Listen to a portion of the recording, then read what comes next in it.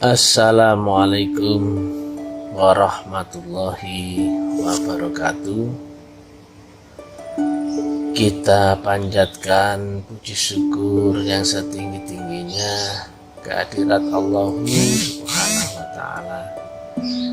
Kita sekalian berizki terpanggil untuk bisa melaksanakan zikir berjamaah, mengagung-agungkannya senantiasa untuk mendekatkan diri ke hadirat Allah Ta'ala.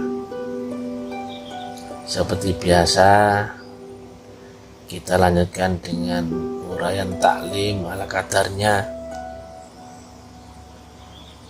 Mudah-mudahan kita diberikan kelapangan hati untuk bisa menerima curahan ilmu Allah yang masuk ke dalam kalbu kita. Kali ini mari kita urai tentang zikir yang memungkinkan bisa munajat kehadirat Allah Ta'ala. Karena nyatanya sekarang ini banyak zikir ini, zikir itu, bisa ini, bisa itu, dapat ini, dapat itu. Tetapi dasar dalilnya dari Nabi bahwa zikir itu mestinya adalah pembersih kolbu. Beliau sampaikan bahwa segala sesuatu itu ada obat pembersihnya. Sedangkan pembersih hati adalah zikrullah, atau yang biasa disebut sebagai proses tazkiyatun nafs. Nyatanya kan di luar banyak juga zikir-zikir. Ada zikir asmaul husna, ada zikir kalimat thayyibah, ada zikir istighosah, ada zikir hisib, ada zikir macam-macam.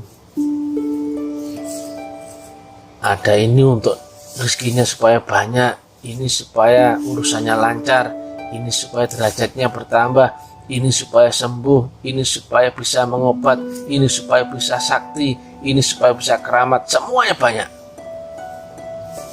semuanya bagus-bagus nampaknya. Yang disebut pun bagus-bagus. Ada yang menyebut asma Allah, ada menyebut surat ini dibaca sekian kali. Kemudian ada juga yang menyebut kalimat-kalimat thayyibah, kalimat tahlil dan sebagainya. Semuanya nampak baik. Tapi mesti kita pelajari dulu. Memang pada taraf di sini kita kan nggak bisa menyalahkan atau membenarkan karena mungkin belum tahu turunan ilmunya untuk memfilter apakah ini sebagaimana yang diharapkan Nabi atau tidak, kan gitu. Nah, kalau kita urai, ya tentunya yang kita pegang yang dari Nabi, bahwa zikir itu mestinya membersihkan, bukan menambahi atau mengotori. Nah, mestinya dengan zikir itu kotoran-kotoran kalbu kita ya digempur.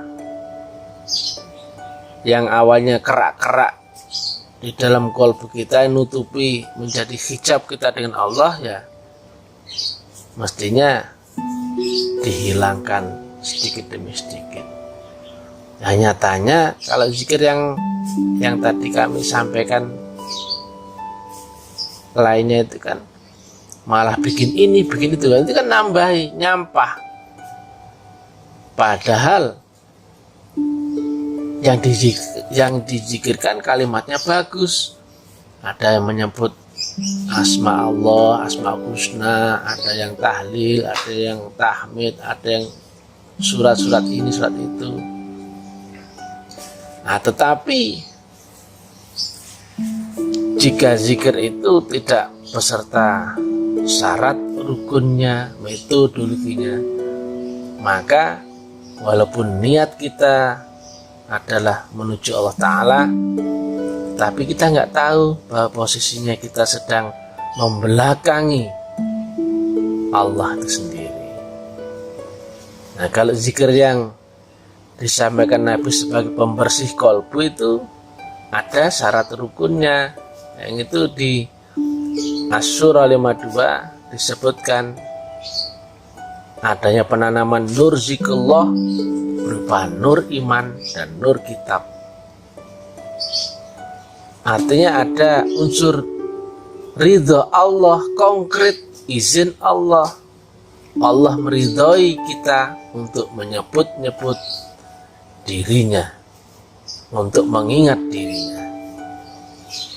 Karena berzikir ini kan bisa diartikan ada yang bilang menyebut, ada yang juga bilang mengingat.